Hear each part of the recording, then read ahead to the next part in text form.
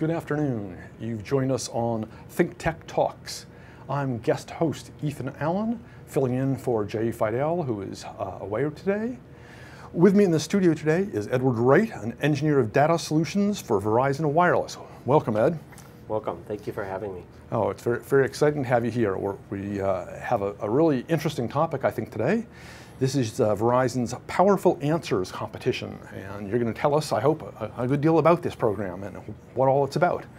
Yeah, definitely. It's an award program, and it's designed to spark innovation thinking, problem solving, to really generate new ideas, new thoughts, and really give people the avenue to be able to follow through with that. So we face big challenges, not only in the United States, but even in Hawaii, especially the most isolated landmass. So there's always new problems, and how can we find ways to, really address these issues and be able to not only take it from an idea on paper, but to really, how do we make that to the real world? How do you get that from paper into something that really can measurably make an impact on society, whether healthcare or transportation? How do you make that happen? And this is just one avenue to make that. That's great. That's actually sort of you're echoing a theme that I tend to deal with in my Likeable Science show, just trying to make science hook into people's daily lives. And it sounds like your Powerful Answers program is trying to do the same thing, get ideas from the thinking stage to the actualizing stage. Definitely. So that's great. And these are ideas in a variety of areas, right? You have 4 categories: education, sustainability, healthcare, and transportation. Right, that's those this year. Because we think that those are areas that we can make a measurable impact using technology to make changes. And what's interesting is it used to be, I laugh, when I was younger, we used to get technology at the store. You went and bought technology, you waited for it to come out. Today, there's so much innovation out there, and I know from some of speaking with you that there's so many people out there with ideas. There's even young people, 12, 13, 14, 15, coming up with great ideas and putting things together. So really, this is a way to be able to open up not only to the development community, but to the average person, doctors, maybe clinicians, or just somebody who has a great idea addressing problems that we have, and then be able to put the pieces together. How do you design it? How do you build it? How is it going to get paid for? How do you market? So giving that ability to create a really working solution in the real world. Excellent. So as part of this program then, does Verizon help people take their ideas through that process, help them move their ideas into the real world? You provide advice, expert guidance, that kind of stuff? Yeah, that's a great question, and that's really sometimes what holds people back. They think, well, I got this great idea, how do we do it? Right. But one of the things is this Powerful Answers Award. It definitely has some financial ties, because anything today, you need some money. But we also do some amazing things. We have some innovation labs, and the innovation labs are full of engineers that know how to bring all the pieces together. How do you bring it to market? How do you do a life cycle? Those are all important things if you think about taking it into the business world and you're looking at making it viable. We have engineers like me. I'm local here. I'm in Hawaii. I'm over on the windward side. And all I do is help customers with what they call machine to machine, which is machines talking to machines. It's a kind of a buzzword anywhere, but more and more, like you might get an email from your car that says, hey, it's time to change the oil, because the computer let the computer know, and the computer sent you a message. So that's those kind of things. And we're hearing a lot about the Internet of Things. So really things like, for example, you see a lot of people wearing maybe health bracelets. How can I take this information that, it might be a little nice for me, like how many steps I took, how's my activity, but can we go beyond that? Can we take that information and maybe get connected to our doctor and go and really make something much bigger? Sure, it's like the smart homes or smart rooms for older folks that track their movements, their activity, their positioning, so that a healthcare worker can monitor a number of people at once and sort of say, is this person sleeping too long and needs to be up now, or are they wandering off, perhaps trying to leave their residence when they shouldn't, or whatever? Yeah, so that kind of thing.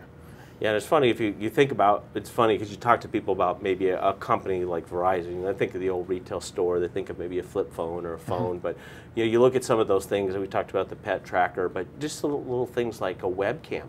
Maybe that's making sure that the kids are doing the homework before they play. Hey, we want them to play, but we have to make sure the educational piece. Or maybe maybe your pet's home alone. Be able to look at your pet. You know, my pet lives better than me. She's queen of the house. There's no question of that. But maybe you want to keep an eye on them when they're out of town, or maybe that's like you said, watching a loved one. You know, do they need help? And, yeah. Actually, I like the thing with your pet. You could be able to interact with your pet. I actually Skype with my cockatoo when I travel, and she actually responds to me when I can Skype to her. So yeah, that could be set up on an automated basis. She could call me up and definitely. I don't really like the food. No. Excellent. Well, I'll tell you what. First let's put up a flyer here. I think there's a flyer that'll show just a little bit of the very basic information for the competition here, right? Right. And it just gives a little sort of general overview. And then next, I think we have a video that really talks about talks about the program in about a 1 minute long process to really give our viewers a real sense about what this whole project's about. Should we go and run that? Awesome. What do we want to build next? That's the question. Every day, when you have the most advanced tools, you want to make something with them. Something that helps safeguard our shores. Helps someone see through a wall of fire. Helps those nowhere near the right doctor stand a chance. Lots of feeling in the extremities? No. Technology can do that. Who can tell me the third life cycle stage of the frog? It can take a sick kid to school. Nathan. Tadpole. And help ensure a constant supply of clean energy. The things we build share one belief, that the world's biggest challenges deserve even bigger solutions. Powerful answers. Verizon. So we're back. That was exciting to see that. I hope people get a good sense about what the scope and breadth of this program is, how it's really encouraging all kinds of good ideas. And I think probably no idea is too wild, as long as you can back it up with some good thinking and good reasoning behind it. So I wanted to go in and sort of dig a little bit into these ideas now. So you've got these 4 areas of education, healthcare, transportation, and sustainability. These are all sort of big topics and with lots of big questions. I know I'm in the education field, and I know there's sort of a thousand deep questions in education. So what are you sort of specifically trying to look for in education? What kinds of good ideas? Well, I think that's the beautiful thing about this. How this started, there's a Harvard professor, Michael Porter, who wrote a paper on shared value.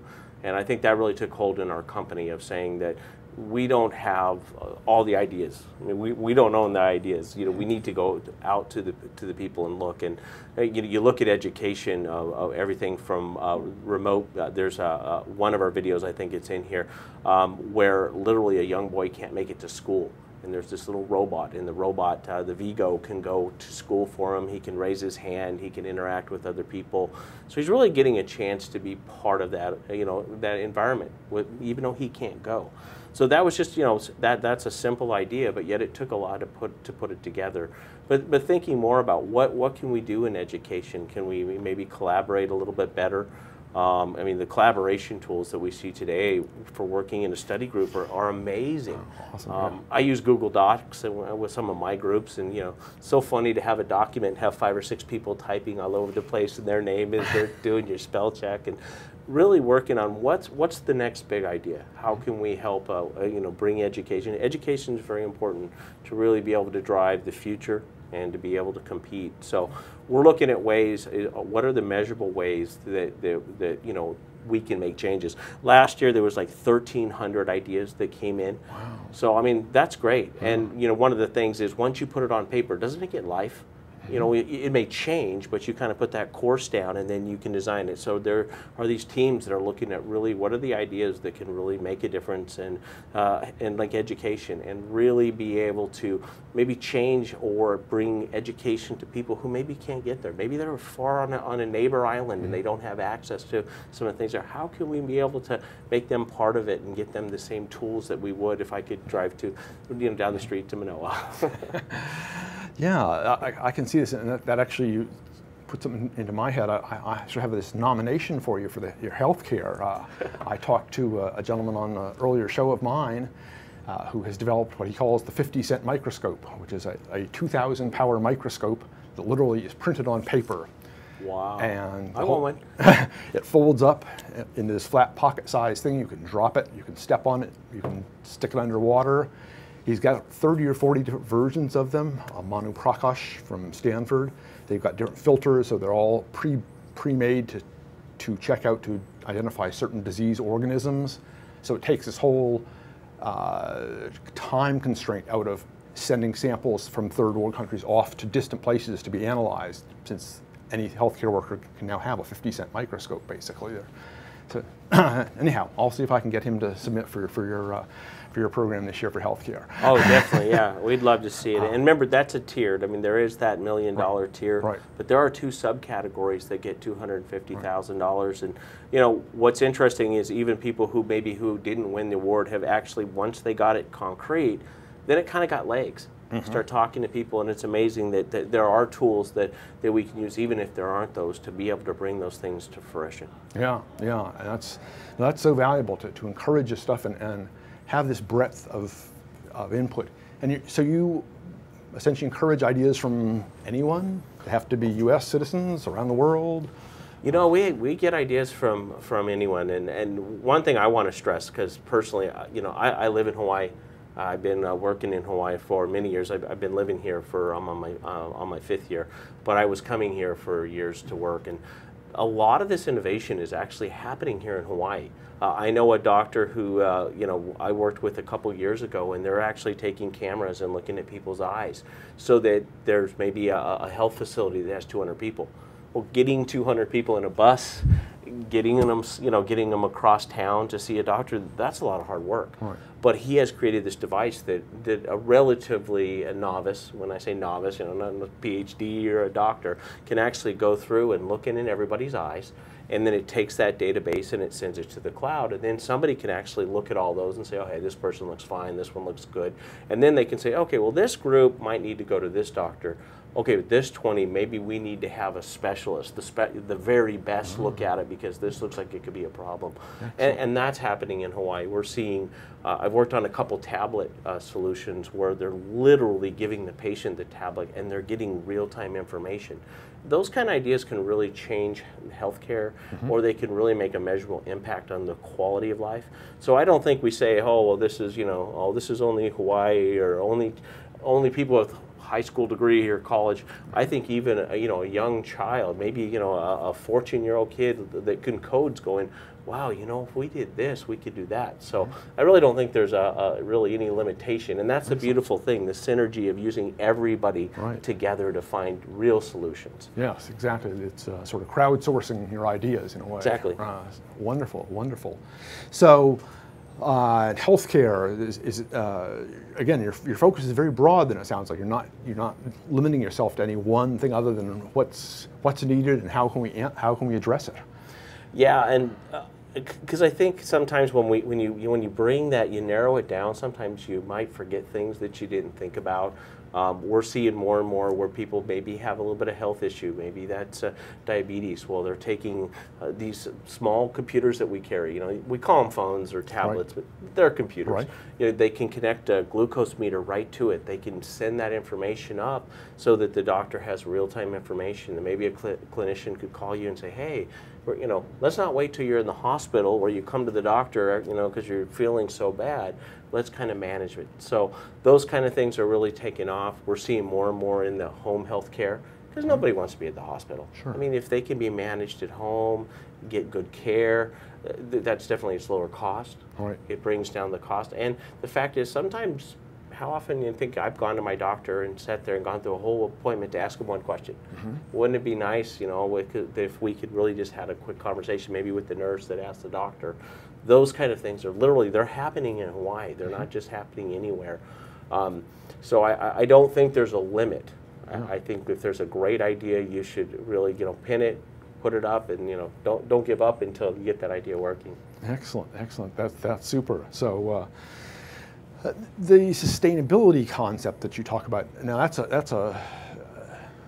mean, that would include then anything from green design of buildings to organic farming to aquaponics, those sorts of things.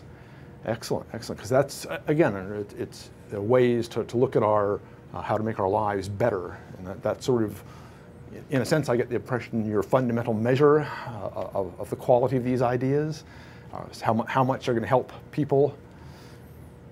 So who do you get to judge this? I mean, these seem like they must be very complex, some of the ideas, because you must get quite a range, and no one person or even a small team, I would think, would have necessarily the expertise to judge the wide range of ideas that you must get.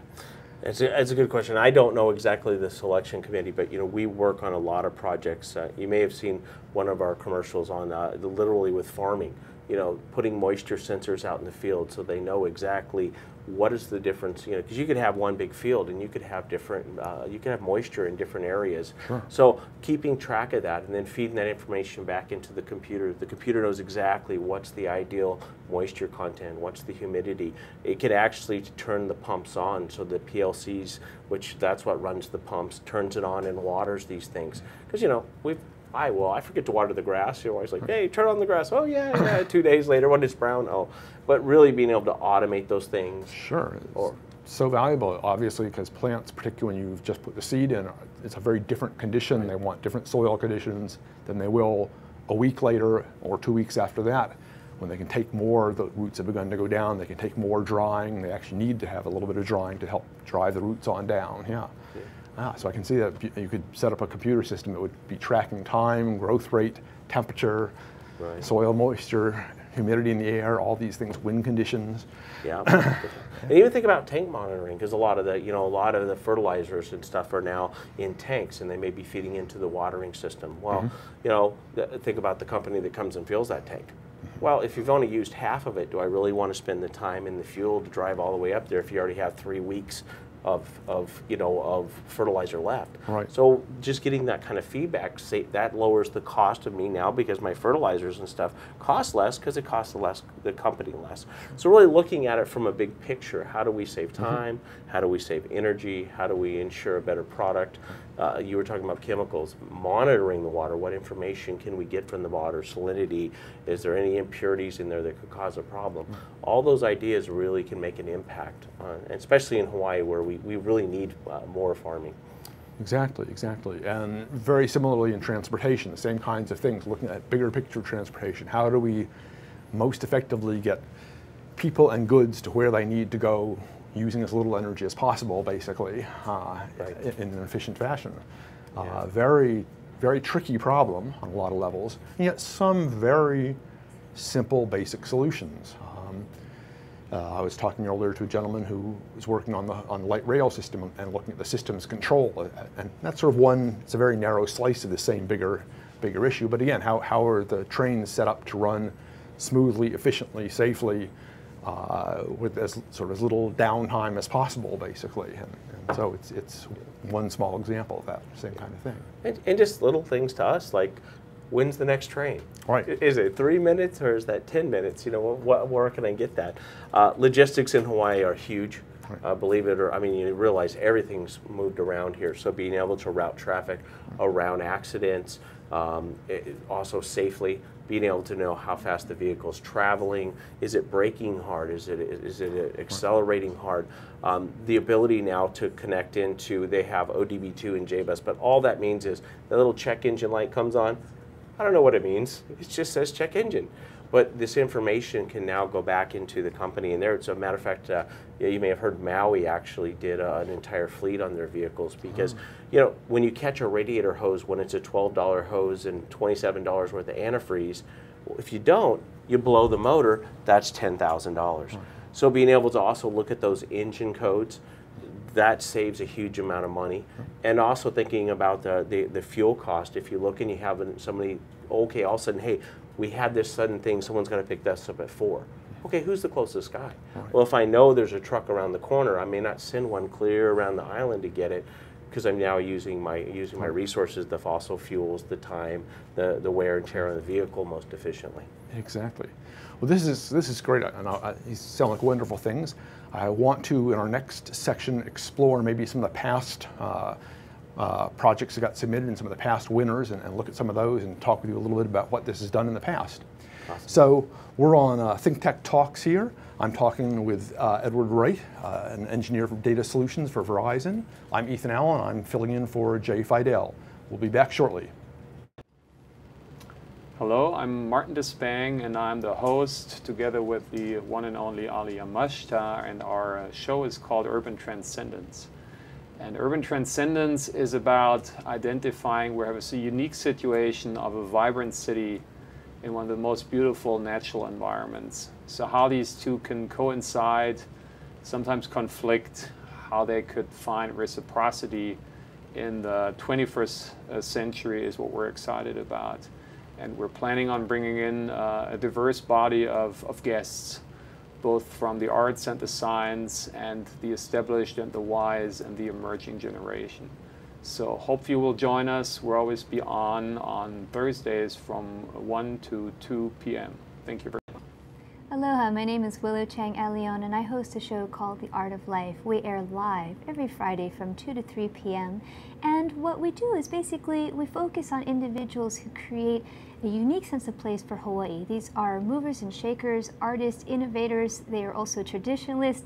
They're all involved in the archival process, and they make this place a unique place, one that makes Hawaii a richer place to be. I hope you do join us, and certainly tell your friends about the show, whether they live here or they live abroad. It's a way to give back to our community. We're keeping it Pono. And you're back on ThinkTech Talks. I'm your guest host, Ethan Allen. I'm filling in for Jay Fidel. Excuse me. With me today in the studio is Edward Wright, an engineer of data solutions for Verizon. We've been talking about the Powerful Answers competition, this awards program that Verizon has set up to look for great ideas from anyone in the world, basically. Great ideas in education, great ideas in transportation, great ideas in healthcare, great ideas in sustainability.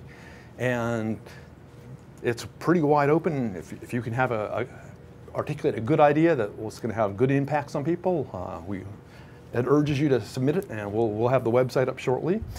But right now, I thought we'd sort of step back and help our audience a little bit by looking at maybe some of the past winners. And I think we have a video of last year's healthcare winner, I believe, that we could hopefully check out here and give you a sense about what's wanted here. Has 10.5 million people. Guess what? They got only 14 vision specialists, only 14. A lot of people in the developing world, they don't wear eyeglasses because there are no doctors and there are no equipment to give them eye tests. The solution is the Smart Eye Barometer. The Smart Eye Barometer attaches to the smartphone, and with a single snapshot, will measure refractive errors of the eye and generate a prescription. It's both mobile and low cost and can be used by yourself or by caregivers. In the third world, when you give someone vision, you increase their monthly income by 20%. I'm working on things I really love to do. It's definitely my dream to do something meaningful. We haven't seen this type of device before, and we believe it's going to change the world. It's about time we start using technology to improve our life. So that's amazing. So it looks like it's a portable device that will essentially easily take a picture of your eye, send that data off, and let an optometrist or ophthalmologist look at your eye and essentially do a whole refractive exam, in a sense, with a simple at-a-distance camera. Yeah, and they're really looking at, you know, that it's got some great uses here, but especially in a lot of the third world countries, because you think if you don't have good vision, studies have showed you probably will make less to take care of your family, and some of these they just don't have the ability to have doctors out there. So taking a smartphone, it's got a flashlight. It does take a picture of the eye. It uses a micro lens, so they're getting a very good close up of the eye. So it's kind of an add-on so that they can really see in your eye, and it basically can generate a prescription for them. So in a place that you just can't get, you know, it's not like here we go to Walmart or walk in and you get an eye exam right that day. You really have the ability to go out there and use simple technology that's not very expensive and be able to help the masses. And they're also using it, looking at this for even with the elderly, like cataracts, looking, seeing, hey, is there anything that we really need to be aware of? To be able to kind of schedule these people to make sure that they're getting the best quality of life and to be able to see. And that wasn't $1 million award, so that one's well upon its way on moving forward. Excellent. Well, it'll be fun to sort of follow up on this and see where it goes in another year or so, right? When it's really had a chance to be fully implemented then. And there was another really interesting one. What I really appreciated was at Children's Hospital, and one of the things they did is they were working on children with obesity. Becoming an issue more and more, and they were trying to say, hey, how can we fix this problem, but kind of make it fun? What tools can we use? And they kind of had looked at a couple of things, and one was using the health bracelets. There's a whole bunch of different ones out there, but to kind of measure activity, how many steps they were taking. It can also send alerts out if there's a long period of inactivity. Also things like taking a picture of their food before they eat and a picture after they eat. Kind of get an idea of what they're taking in for calories. And one of the things they've been able to find out is that they were able to increase activity and also make it fun. I don't know if you've ever had one of these. I did. I got one, and me and my friends started just a friendly little competition, but it's like, you know, you first get it and you go, wow, I can't believe I don't walk that much. And then all of a sudden, then you're at 5,000 feet steps a day, then you're at 10,000 feet, and then the next day, you know, you don't want to be the guy coming in with 3,000 feet when you know where everyone's going to walk 8,000 feet or 8,000 steps. Right. So I think it's kind of fun things, and they've looked at ways to make it exciting, whether that's a little recognition or kind of fun games. But they're really using the simple technology, but to really address a problem that can really, over the lifetime, if children are more active, they have less health problems, and making it fun gets them to want to play, want to be involved in it. Sure, and if you can get them to walk a few more steps each day, spend a little more time being active, eat a few less calories on average each day, those kind of small changes implemented consistently over time will lead to these lifelong changes in habits that will shape people's lives, give them many more years of sound health and all.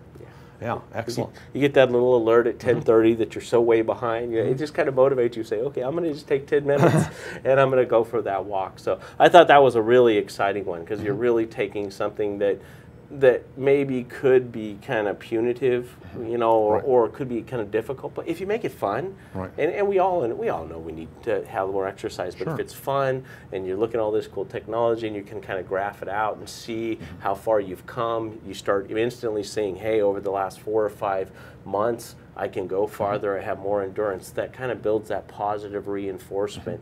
And then it kind of becomes self-perpetuating. And I think that's the goal, is to get people more aware and to create a healthier society. And that helps all of us, it really does. Right, exactly. And there should be various levels. That could be, you could build versions of it, for instance, for pregnant women to wear that would tend to sort of gently encourage them to get prenatal care, to sort of watch their weight, watch the infants, all the signs for the growing fetus's progress, et cetera, et cetera, et cetera. And again, because many of the studies are now showing that what happens in utero really actually determines later on health habits and health conditions of the child. So there's potential for really deep interventions at a very early stage here.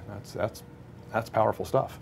It really is, and that's the reason, you know, Verizon started this Powerful Answers. And you know, if you look at the Verizon Foundation webpage, we're doing a lot of other things. This is just one of the many things that we do.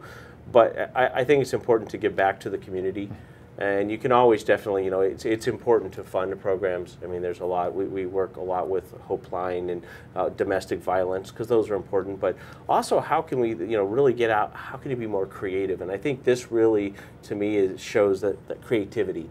how can you get get everybody involved in these ideas and come up with new ideas no one would have thought of before? Exactly. There's that concept of collective impact Yeah. that sort of says these big problems aren't going to be solved by any one person or one agency, but we have to all begin to look at them and say, hey, let's agree on a set of goals, let's agree on some metrics to measure progress. You take this piece, I'll take this piece, the guy over here takes the other piece. We all contribute our expertise in different areas, and maybe then we can actually make some progress in solving some of these real big issues. And certainly education, sustainability, healthcare, transportation are all these sort of very complex issues with so many different facets that no one little agency can hope to really address them. Right. And the innovation, I think something I know that the sustainability, I have a PV on my house, and I got solar hot water, and so it's a game now. We have to be under what we make, and it's not really that big a deal, but it really has become a game. And can we use exactly what we make? And so I think sometimes when we look, I use that word a lot. We hear that word big data analytics, but really in simple terms, it's once you have information, then you can kind of figure out how is it relevant, and then how can that change behavior.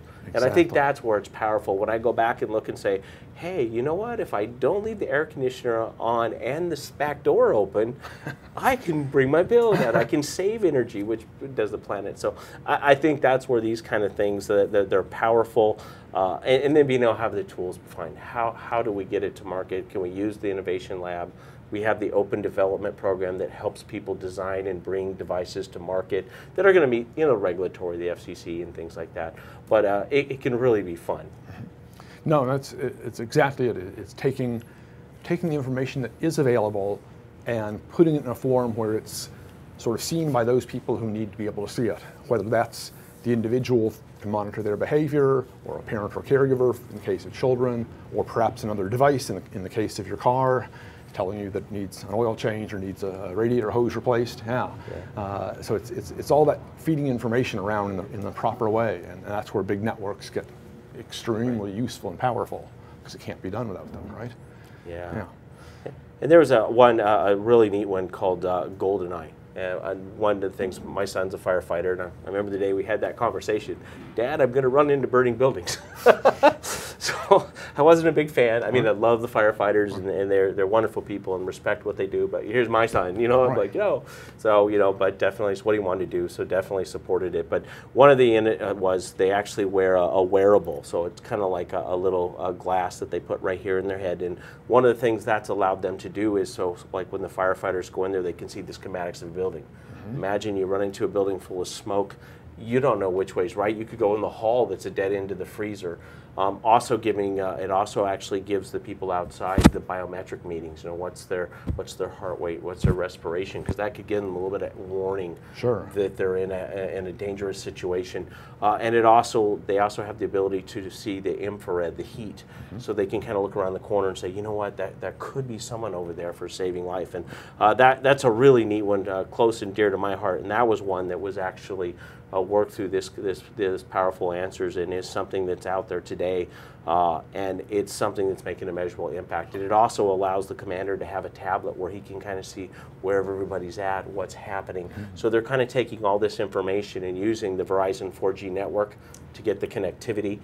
They're using on the resources of being able to have all these devices talk and improve communication. So we're helping lives. Yeah, I can see all those together give a central command post a great deal of information about what the situation in an emergency situation is, and from different perspectives of the different firefighters in this case who are there, the different hot spots in the fire, et cetera, et cetera. Very real time, very on the spot where the people who need to be rescued are, what the status is. Wow.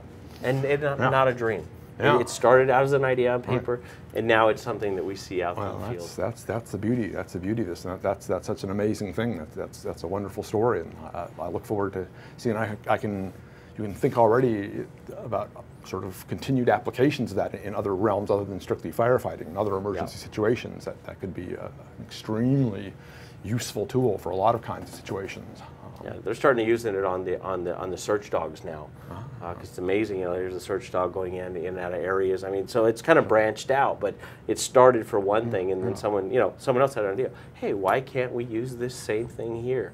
And so I really think nobody has all the intellectual property in their head. So Powerful Answers at Work really opens it up and lets people have a chance to have an avenue to come up with an idea, put it together, get in an award, and then have all those steps to go through. How do we really make this a real world situation, and how can we use Verizon and the innovation and really always coming back, how do we help the community? Because it helps all of us socially as we fix these problems or make things more sustainable. Exactly. No, this is great stuff. Very exciting to think about the potential here.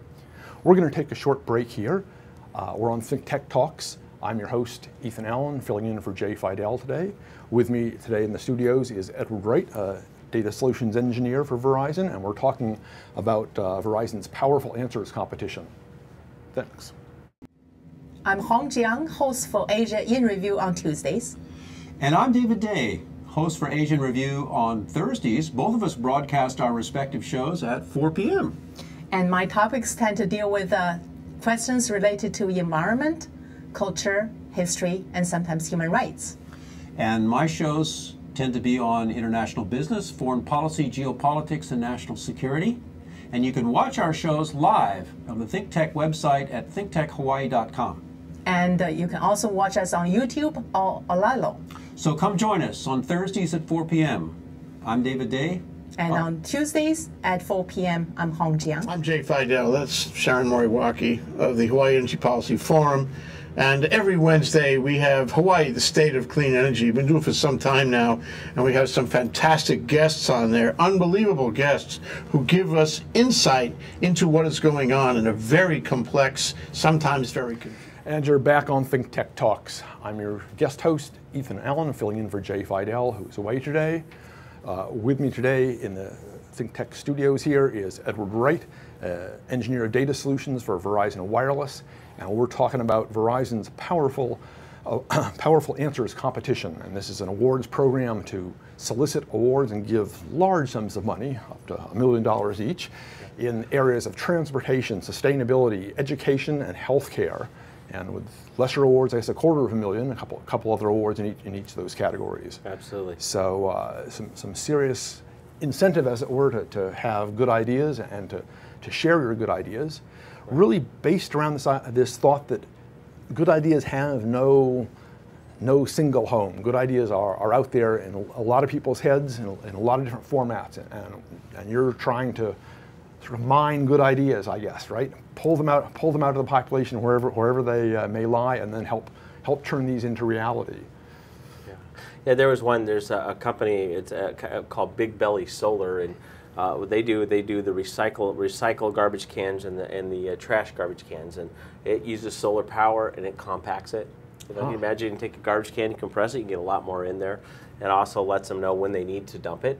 So I think some of the bigger parks where maybe you don't have you might have everybody up front but not in the back. But some guy said, hey, we can use solar energy to run these compactors, and we can send a little bit of data back. We know when to go pick up the recyclables. We know if the garbage is, how long has it been since it's been dumped, or how full it is. And that was just another program. Great idea, using all the things we love, renewable energy, so solar, getting that communication so that we're not really using time and resources to go out. Maybe no one was out there. Maybe it rained all weekend, and there's 30 garbage cans out there. Well, I don't have to send someone out there if I know they're not full. So little things like that. I really look at the Powerful Answers at Work as an innovation. It's a jump start.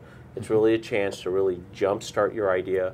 Verizon has built this nationwide, IP network. So really, anything can connect to the internet, you can connect out there. And so we put LTE out there, which is just this super fast data network.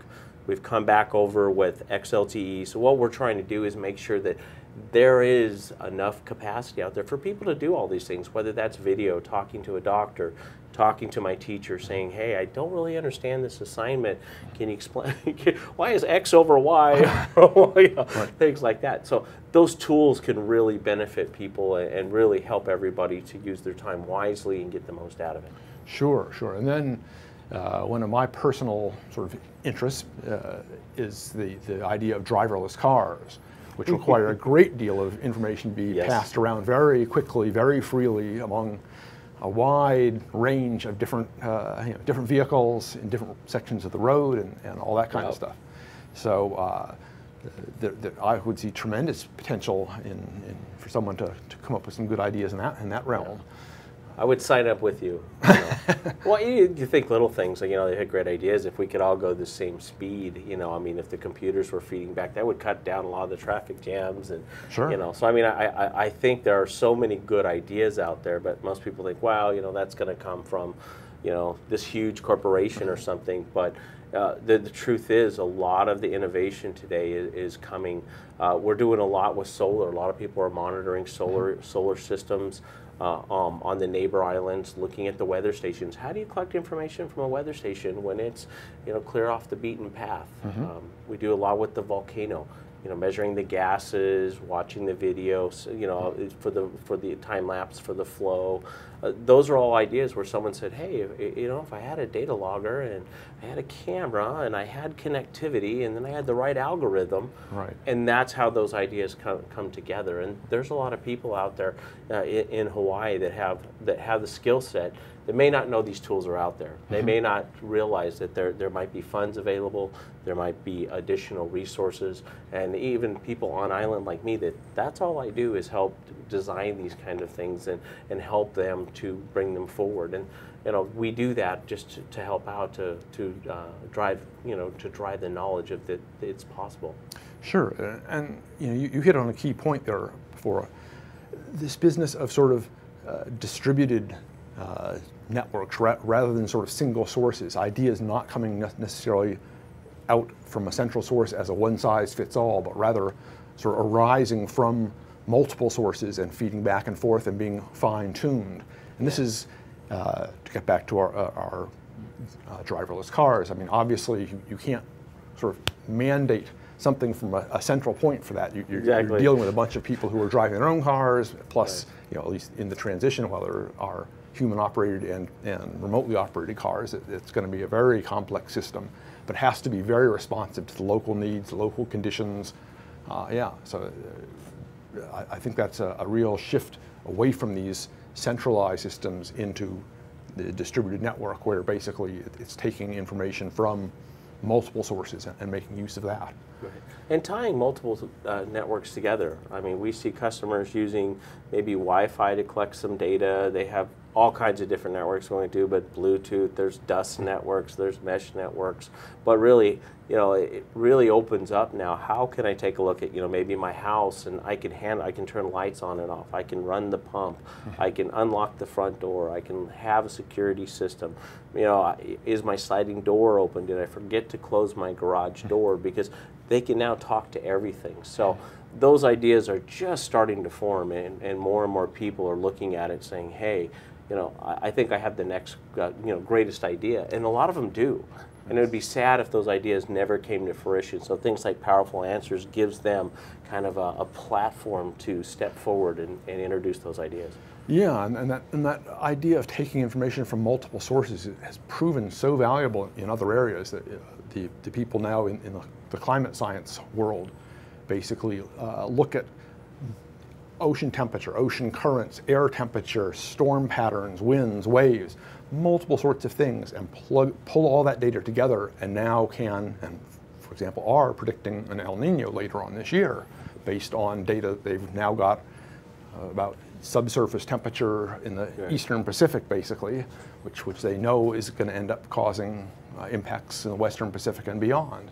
So it's that same kind of idea, except in different ways, very different scales. Whether it's looking at your activity, monitoring your activity, your physiology as a patient or as a youth or as an old person who may need some special care, having a smart room around you that can watch you, can help you in various ways.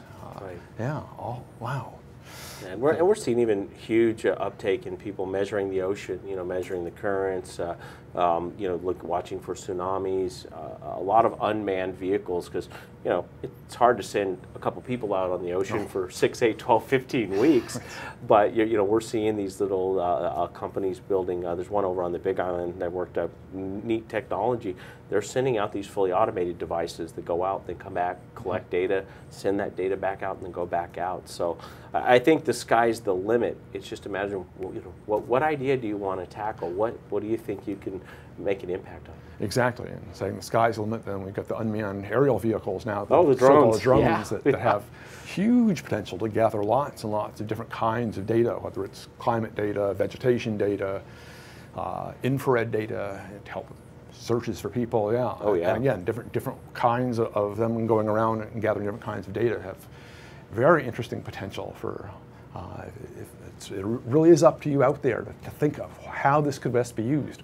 What's a good idea to take advantage of this amazing data collection opportunity that's out there, the data, the networks, the ability to use this stuff. How can you pull this all together and make it valuable?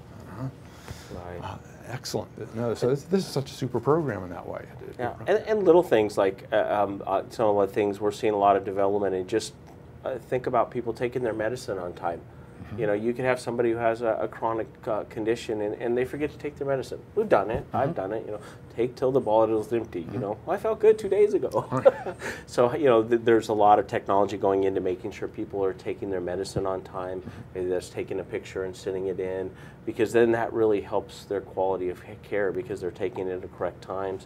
And then having access to, and one of our other winners, Factor 14, that was one of the things they did, was being able to look at different adjusting medicines, tracking that information, and being in real time to be looking at how that person is doing medically through these medical sensors that they have at home. Maybe a scale.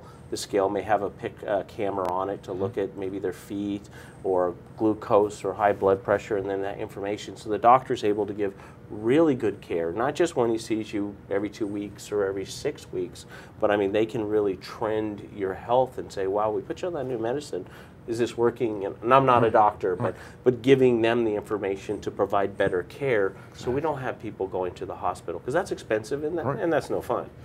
Right, no, exactly. It's one of these win-win-wins. It's going to cost less, cost the taxpayers less, ease burdens on emergency rooms, keep people healthier, happier away from the emergency room. Yeah, I mean, just you can see that there are sort of no downsides to some of this stuff. Yeah.